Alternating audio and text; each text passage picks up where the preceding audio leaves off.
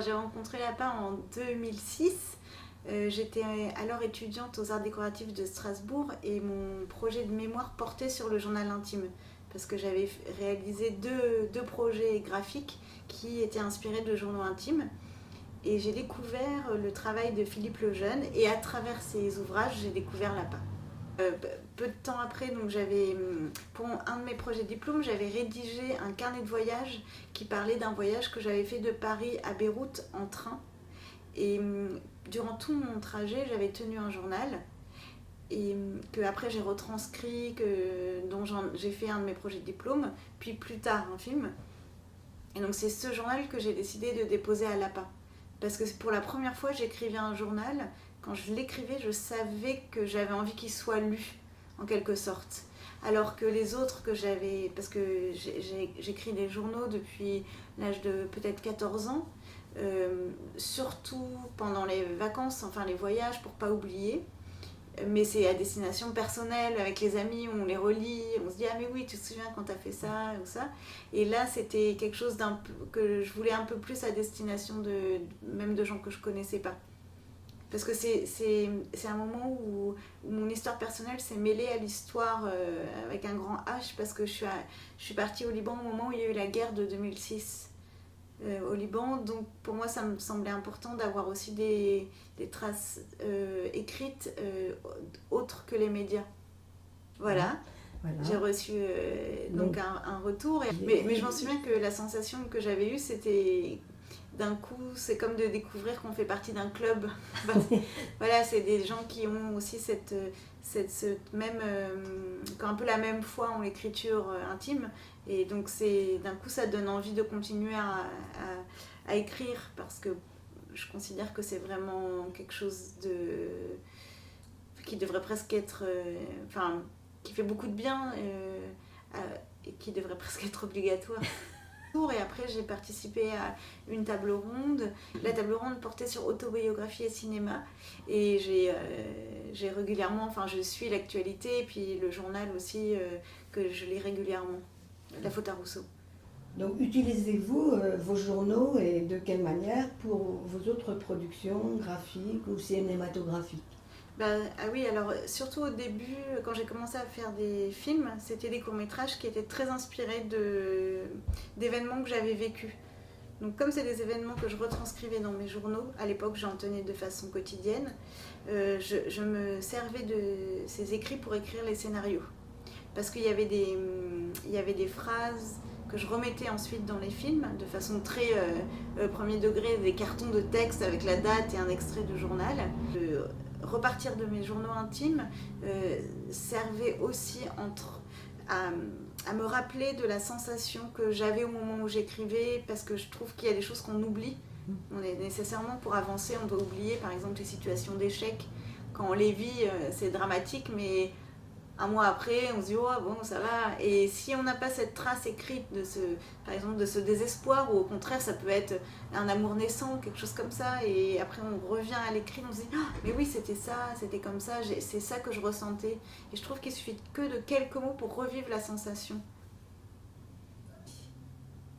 Pour moi, les bienfaits, déjà, ça permet de prendre un temps pour réfléchir à la situation qu'on est en train de vivre, à son état, de se souvenir de l'état dans lequel on était au moment où on relit ce qu'on a écrit.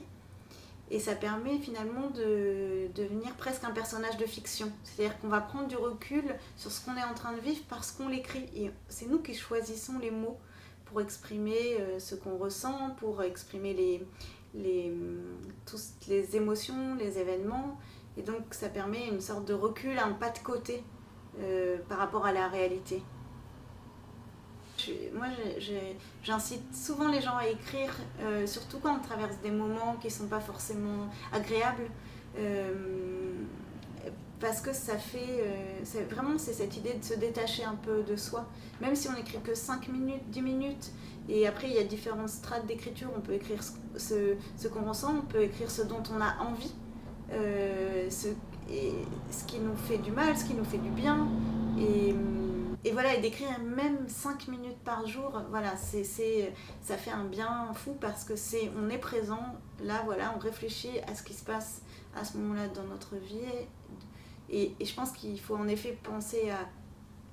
On peut écrire le passé, le présent, le futur. Et ça permet de mettre des mots sur des envies aussi. Alors, pensez-vous qu'il est bon, quand on a écrit un journal, soit de le publier, soit de le faire lire et de l'archiver à la part, par exemple? Oui, moi je pense que vraiment c'est... Au final, c'est... Enfin, quand on l'écrit, il peut peut-être être bénéfique pour nous, mais ça reste quand même sans prétention de se dire on l'écrit pour rentrer dans une histoire. C'est des documents qui sont très précieux parce que ce qui ne reste pas, c'est l'intime des personnages, des personnes. Et on en a besoin parfois pour comprendre ce que les gens ressentaient. C'est impossible, sinon c'est comme l'actualité. Enfin, l'actualité ne retranscrit pas le quotidien des gens. Et donc ce sont des documents très précieux pour par exemple, quelqu'un qui voudrait écrire un livre sur une certaine époque, avoir ces documents intimes, c'est une source incroyable. Et peut-être que ça a une certaine valeur aujourd'hui, mais dans 10 ans, dans 15 ans, ça en aura une autre. Donc c'est des documents qu'il faut en effet garder. Parce que c'est des vestiges de ce qu'on a été, de ce que notre société a été aussi.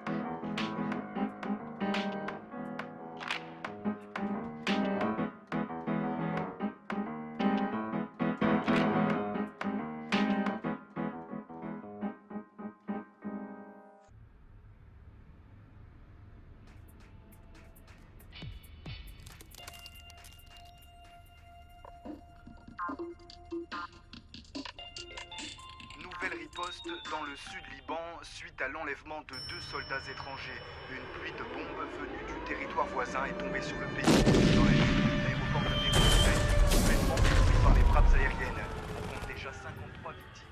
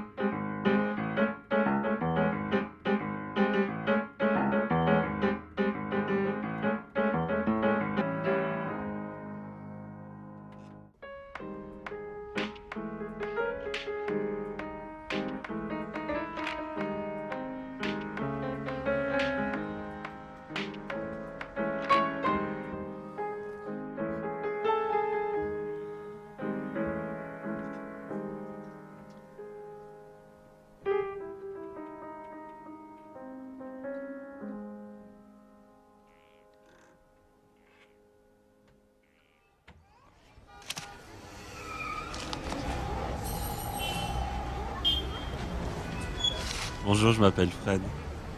Je suis français, je vis à Beyrouth depuis quelques temps. En juillet 2006, il y a plein de gens qui sont partis, mais pas moi.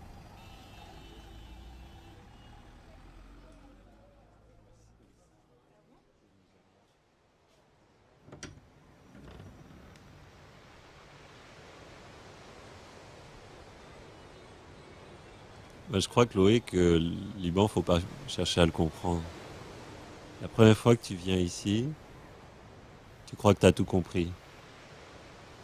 Les musulmans, les chrétiens, la guerre, tout ça, ça paraît clair. Puis la deuxième fois, tu vas approfondir un peu ta connaissance du pays. Tu vas rencontrer les gens. Et là, tu vas te rendre compte que c'est beaucoup plus compliqué que ce que tu pensais.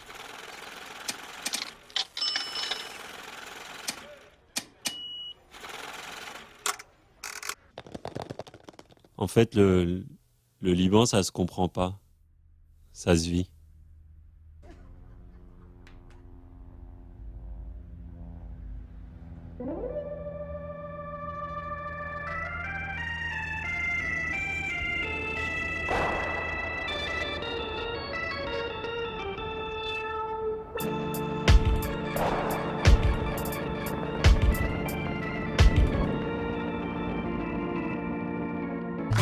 I'm slow wine rubber, I'm slow wine rubber style. Girl, you're so hot today. I wanna love you right away. Hot today. Yeah, yeah, girl, you're so hot today. I wanna love you right away. Girl, I want you every day. Yeah.